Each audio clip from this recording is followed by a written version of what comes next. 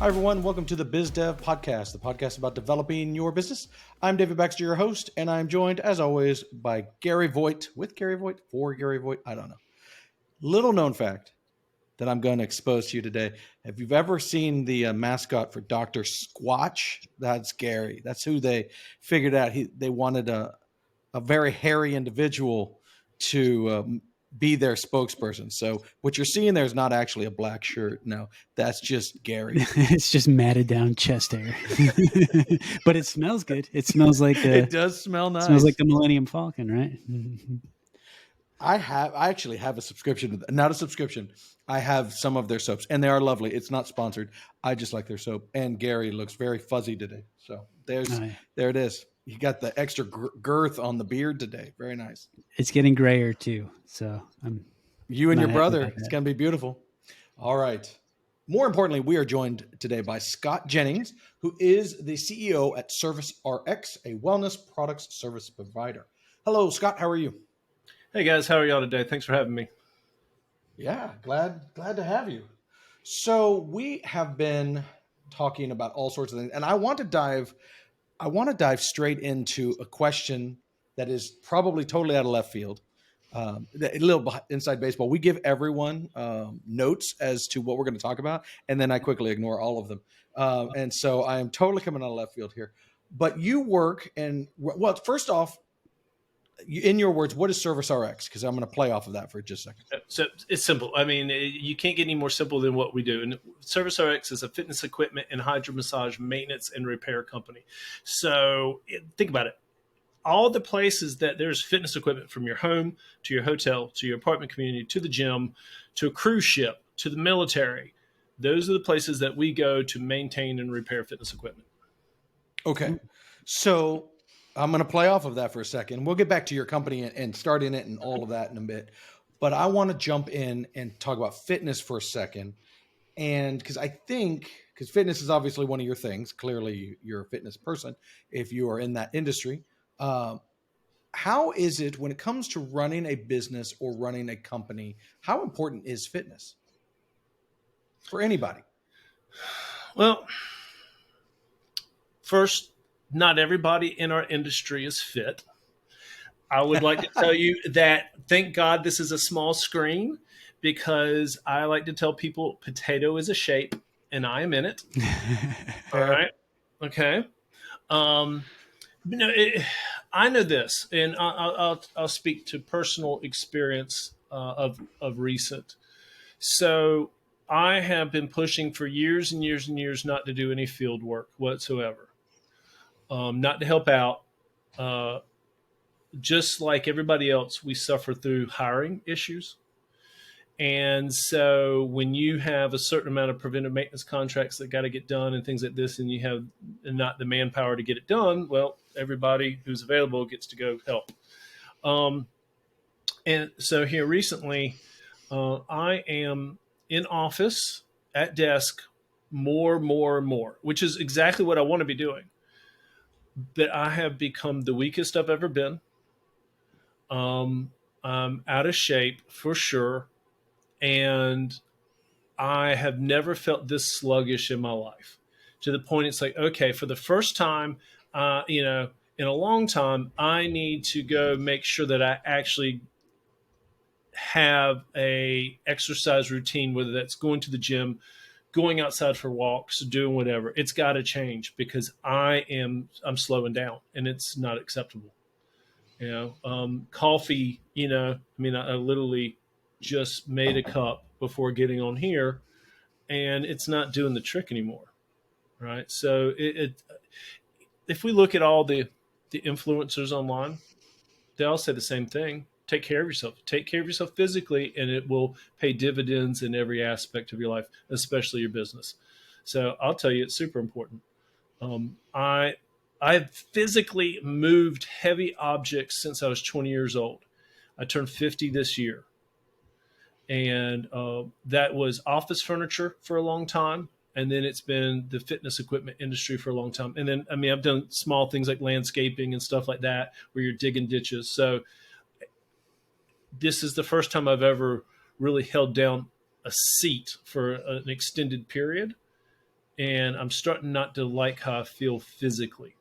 So I think I bring it up not to put you on the spot by any stretch of the imagination. My point in asking is, I mean, I'm getting older. I will be 45 this year, and I'm not as old as Gary, thankfully, but I am. There you go. I am getting up there, and I read a thing that said every decade of your life, I think starting at 30, your body loses approximately 7% of your muscle mass. And so if you start adding those up 40, 50, 60 years old, that 7% starts to get real ugly.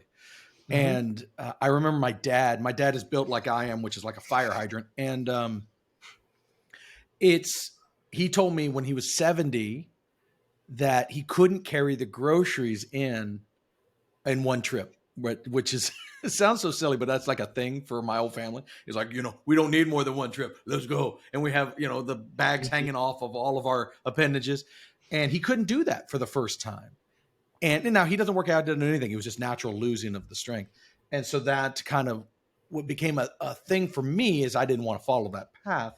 But I think the reason I bring it up in the context of this podcast is because I think health is often left behind in the business space. It's work hard, work a lot of hours, get it done, whatever, right? When you're in your health, often, like you're saying, you're sitting down often. If you're running a startup, most likely you're at a desk and it suffers. And I think it's worth talking about in a way that says, hey, running a business shouldn't come at the detriment of your own health, because that's inadvertently going to affect your business. Oh, absolutely. So I would look at it this way. And I'm coming from the aspect of I've always had a very physical work environment, right? Mm-hmm. And I am the weakest I've ever been. And it is very evident when I go help a technician in the field or whatever. I mean, because we may have to move. Okay, example being, I was at what university? I was at UNC last week working with two newer techs who have never changed a treadmill belt on a Woodway treadmill, which is Woodway treadmill has always been designed for athletes. Right, so this belt is 100 pounds or more. It's heavy, right? Yeah.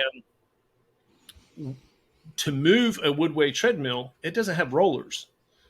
And I found myself having a hard time squatting, grabbing part of it, while the other technician, who is young and fit, was grabbing the other end and helping him move, right? And it just shows up. So I also see a change in attitude. We went through the last several years of grind, go, go, go, this mentality. And we're starting to see this flip. People going, no, that's fine if you're doing 9 hours a day, but when are you taking care of you? Mm-hmm. When are you taking care of you? And so the wellness space has been growing. Now, here we have been pushing to take care of more of the wellness side, and that being like we are servicing a lot of what a new franchise called Hotworks. Well, they're not new, but they're exploding right now, and they have a bunch of saunas. And then we have other friends in the space. Like we're friends with the ownership of a forthcoming franchise that you're going to see around your area. It's called Sweat House. And then there's another one called Perspire, which are these, dry heat saunas. And we were looking at, like we started entering going, can we have a role to play, right? Because now, besides the health industry, besides the physical side, now we have this wellness side of sauna, cold plunge. We're talking more and more about nootropics. We're talking about diet. If you're on YouTube a lot or even watching TV, AG1 Athletic Greens is consistently, has videos out, and I've been taking Athletic Greens now for, I could bet I'm getting closer to a year, and I feel 10 times better. Do you? It's funny. It's funny you say that. I have friends was that looking into them. Yeah. So I found another product that hopefully arrives today or tomorrow that is like a third of the price, and it was rated to be just as good of a product, but it's American made instead. I think AG1 is New Zealand or something like that. It doesn't, and it's all organic versus AG1 fully admits theirs is not. It doesn't have any filler, that kind of stuff. So, but either way it goes, like I go out of country in August, and I'll get some AG1 packs to go with me while I'm gone. There is something to it. We have a lack of stuff. So wellness, that's a very long answer to wellness, has become extremely important to, I think, us as Americans, especially post-pandemic, because we all had our tails handed to us. I don't know if I got COVID twice. No, excuse me. No, I got COVID once. I got the shots. The shots kicked my tail.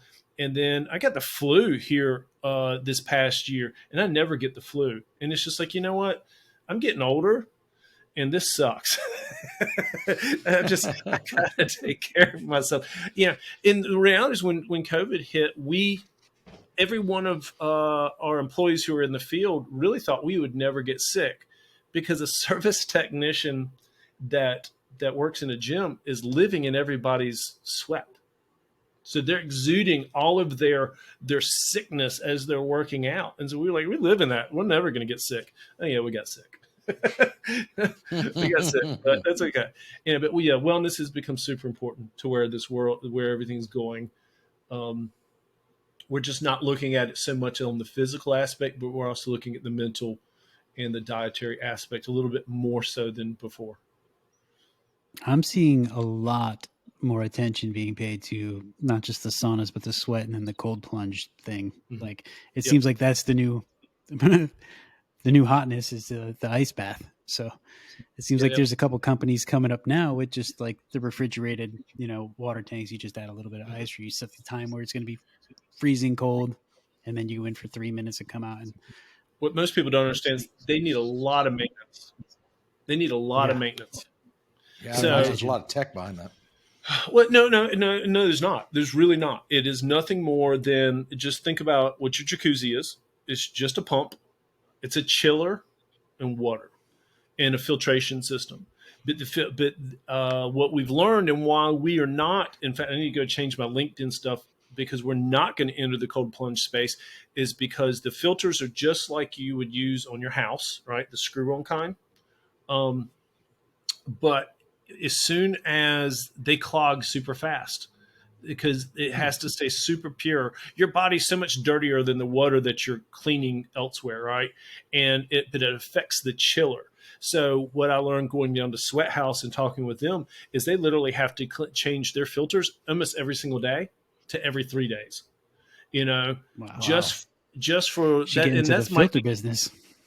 Well, exactly. I mean, it's just like nonstop, And so what that told us is that, we didn't have a place in the industry, because that's like it's like taking care of a pool, essentially.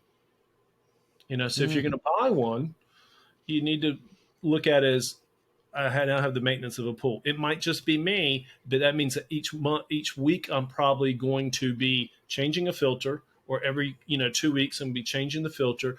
I will need to empty it, because that water's got to circulate. It will turn scummy, because you're not putting chlorine in it. You're not putting salt in it. You're not putting distilled water in it. So if you're putting out of the tap water in it, that has minerals and other stuff in it that will turn to slime. So you got to look at it that way before you go diving in. Man, if Gary had one, he'd have to change the filters every couple of hours. Yeah. Well, my matted down Dr. Squatch chest hair would filter the water for me. Just like creatures living in it. Yeah. Okay. Oh, that's gross. I have to sleep. No. Oh my gosh. Okay. So I want to back up, please. Please, very far away from that visual. And so tell me, are you the founder of ServiceRX, or are you just running it? How did it work? No, I'm the founder. Back in 2010, post 2008 apocalypse, the world sucks. I fully admit, and I guess it's really a part of my story. I'm not scared to hide it, so I might as well say it here. I mean, people know.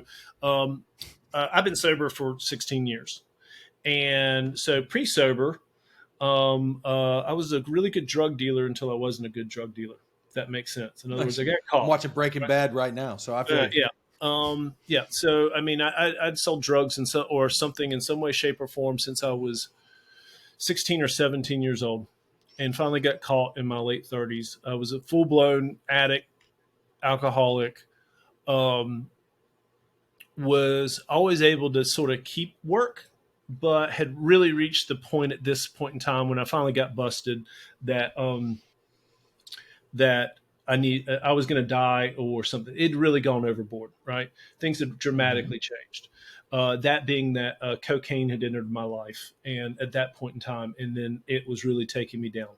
Um, and so anyhow, I got sober. I got incarcerated because I got sober. I got sober through incarceration. Okay, let's put it that way. I came home and I learned what the second sentence is. All right. So once you have a second sentence, you're a felon. Your whole world changes dramatically. You can't live in most apartment communities. A lot of jobs will no longer take you. Blah blah blah. So anyhow, I end up in this industry simply because I'd been landscaping. I couldn't get a decent job. Someone calls me through Craigslist in 2010. It was September of 2010. I started with the company repairing as a contractor repairing home fitness equipment. By 2011, I'd met my now wife. She had made the mistake of saying, "Why don't you start your own business?" Not knowing my entrepreneurial side the way I did, and here we are. I started with an '86 Toyota pickup truck, a bag of tools, and $75. And we just finished franchise development here at the beginning of the year, and we have 2 other franchises at this point in time, and hopefully we'll add another at the end of the year. And we are hell bent on world domination and making ServiceRX synonymous with the fitness equipment and wellness industry as Roto-Rooter is to plumbing. Nice. Well, congratulations on your sobriety. Oh, thank you, sir. Thank you, sir. So if anybody, if anybody thinks that it doesn't work, well, I'll keep my 16 years at this point in time. So starting out, so your story is obviously a lot more colorful than most of our guests, but starting out, you still had the same problem. So you're in your '86 pickup truck and a bag of tools. How did you find clients? So I tell people this all the time. In fact, I was just talking to some guy this weekend, and I do it still today. I believe in the saying, keep it simple, stupid. And if you don't ask, the answer is always no. So not knowing what I was doing at all, I started calling manufacturers and saying, "Hi, I have been a service tech in the on the residential side for the last year, and I'm starting my own business. And I was wondering if there was an opportunity for my business to provide service work for you, the manufacturer, in some kind of that terms." And then I'd say, and they go, "Well, let's see." And I said, "Look, first and foremost, I don't really know what I'm doing right now, so please talk to me like I'm two." And here we are. I mean, I was literally that honest. And, you just start stacking manufacturers at first, getting warranty work. And then slowly but surely, you learn more and more. And that's the interesting thing too, is that I started a business when I didn't know what I was even doing yet in the industry. It was just out of desperation. So did you have an idea that you wanted to start a company, or I'm assuming at first you said desperation. You're just trying to fill your pockets, right? You're trying to pay your bills and keep moving, right? So when did it switch from I need to fill my pockets to, hey, I've got a business here, I could fill other people's pockets as well? When did that mind shift happen? Really that didn't probably really happen until, well, okay. The first hiring people is based on it's still the addictive personality of more. So that's really where the first contractor comes into play. How can I get more money and leverage someone else doing it, right? Mm-hmm. And I play middleman. So I used to tell people that my first several years for sure, it's like I approach business like a drug deal. How can I play middleman and still get something out of it? I don't. I know that back in maybe 2016, 17, 18, somewhere in there, I started discussing franchising, but not really. It was just more of a thought, and I looked into what does franchising cost to build. And at that point in time, I didn't have $50,000 to throw towards franchising, and I sure as heck, I'm glad I didn't, because I sure as heck wasn't mature enough to understand what it was really going to take. So that's probably where the first thought came in, but it took all the way till 2022 for it to come to fruition. But you had employees and an Mm-hmm. office, and I'm assuming all of that locally way before that. No? Yeah. I mean, we are 100% built in the cloud. For warehousing, we use climate control storage.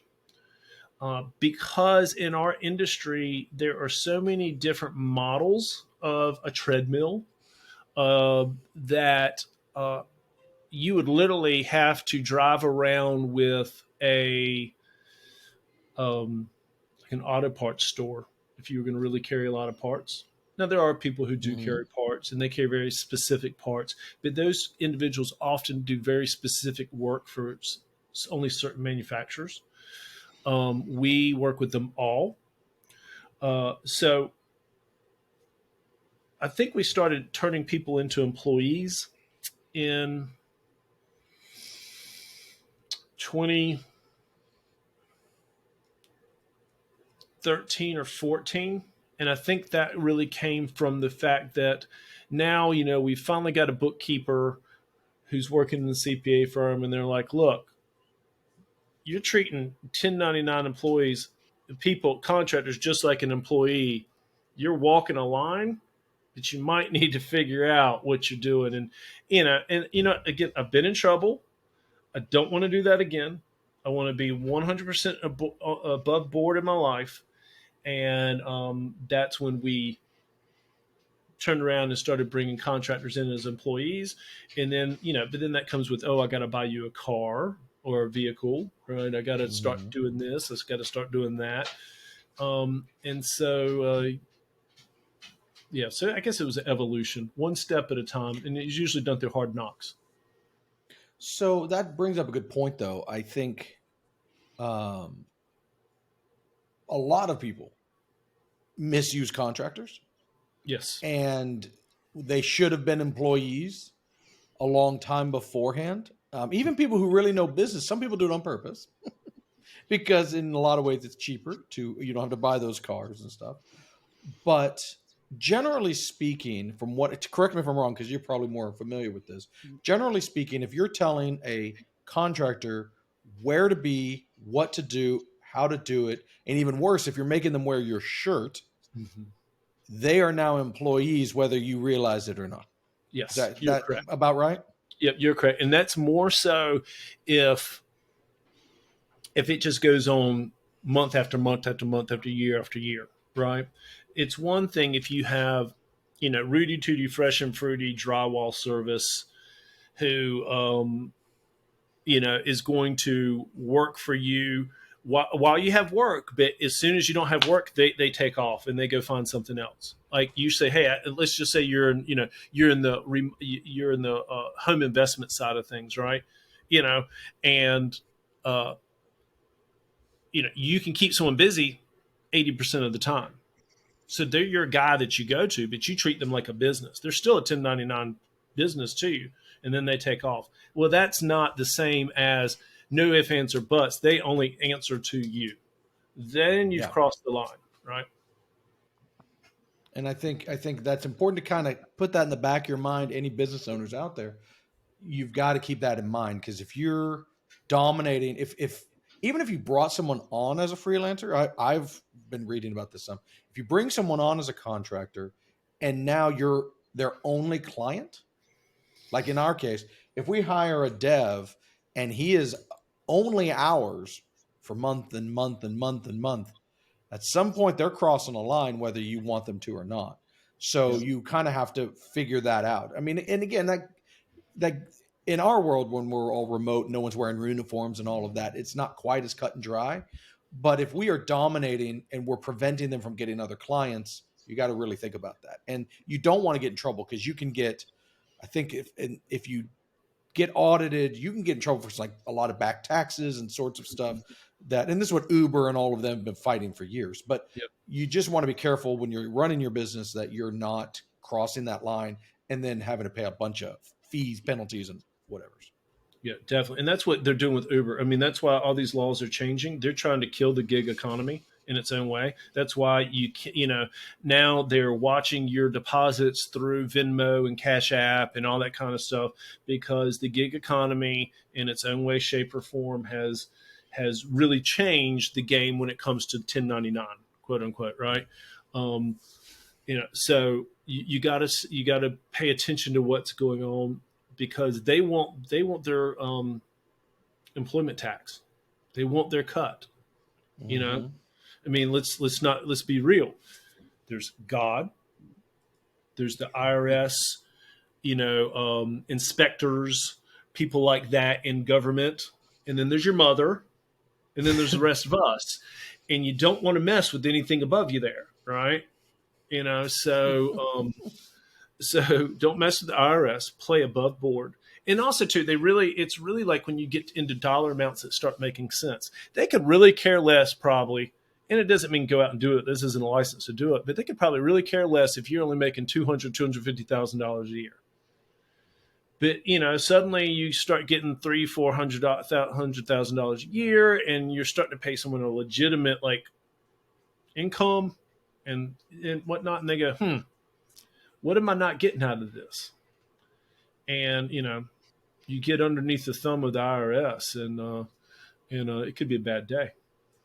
Yeah, it gets ugly pretty quick. I got a question.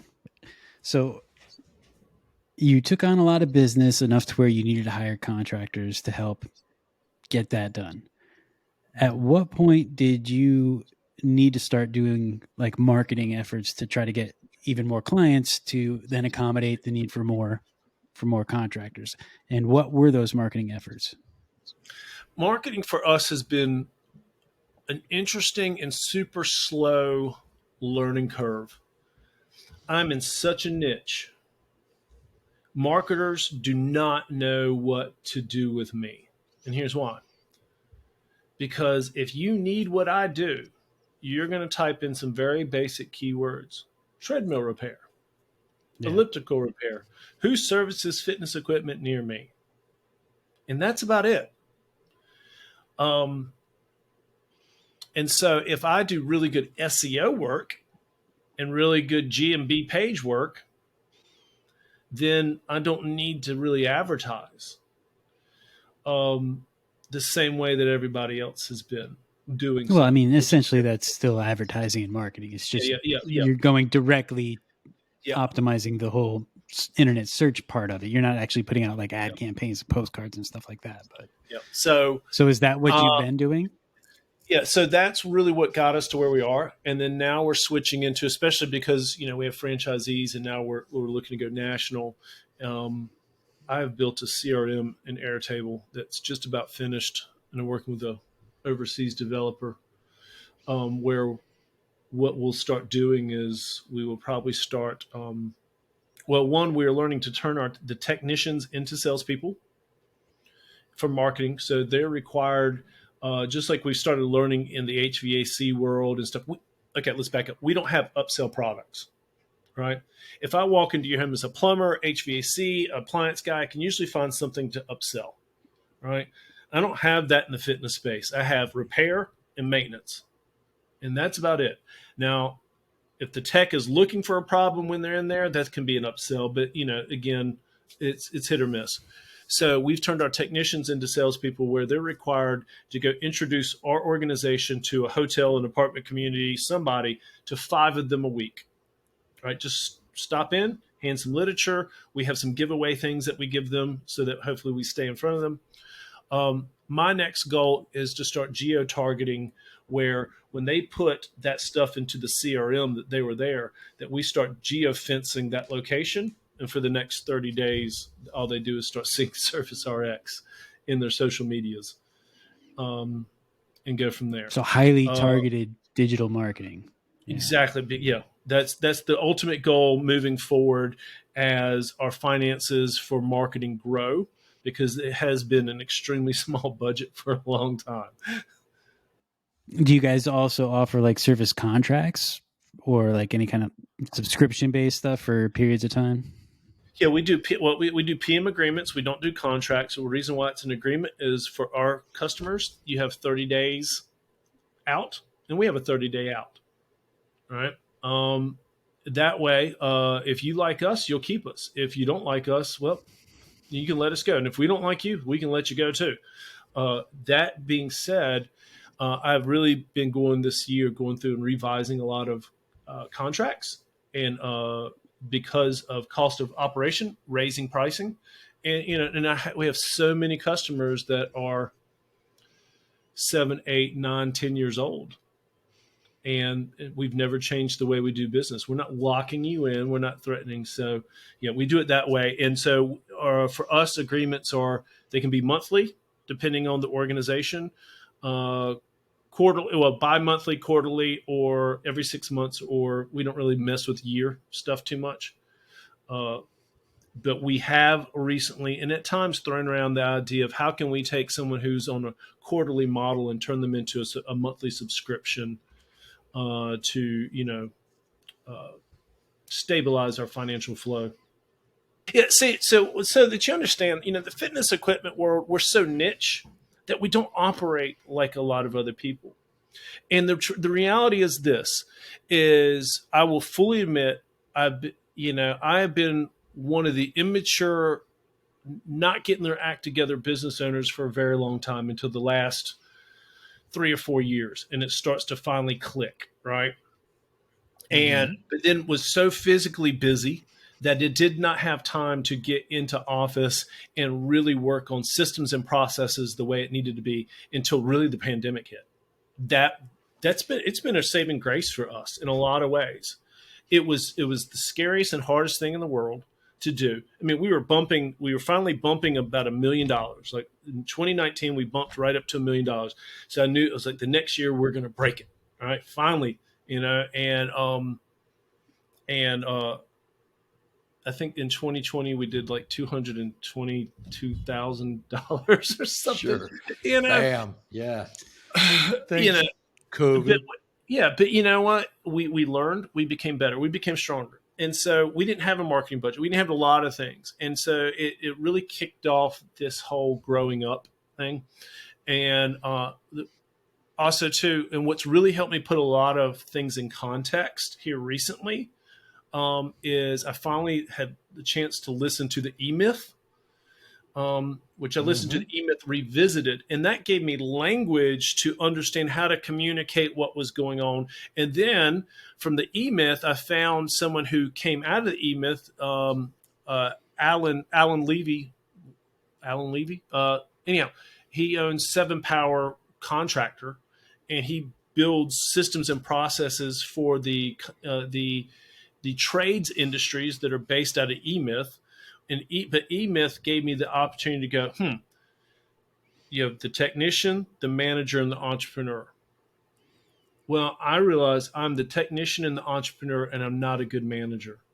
But my partner is the technician and the manager, or the operator, right? And now that I'm out of field constantly, we can now communicate and build systems where before he could build systems, but he couldn't dream the next system, right? He was only building certain things that worked for him.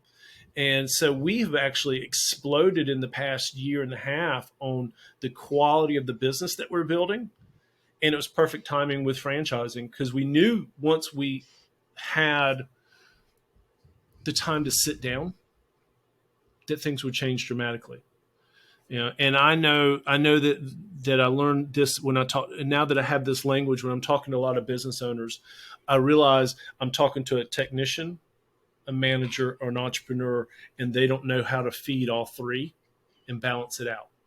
So in the last 6 months, I've really been feeding my manager side and building tools to make things faster, easier. You know, I have for a long time worked with an organization called Inmates to Entrepreneurs, and so we're the oldest organization of our kind where we teach business 101 to those who are incarcerated and those who are formerly incarcerated or judicially challenged, and learning this bit of language as I go into a prison to talk, or as we've taught in various different forms on Zoom. It's really helped me teach the basics of business because now I even understand myself better. Well, this is a great segue. I was just going to say, if you're teaching inmates and other people the basics of business, one of the questions we ask every one of our guests is, what are the top 3 pieces of advice you have for any entrepreneur, new business, or startup? So I'm assuming over the course of time, you've kind of come up with at least 3 or maybe more than 3. But if you could break it down into your top 3 pieces of advice, what would you get? So top 3 pieces of advice that I think I've probably learned out of teaching for IDE. Focus. So many people see the squirrel, and they try to do way too much. Brian Tracy has a wonderful talk on YouTube.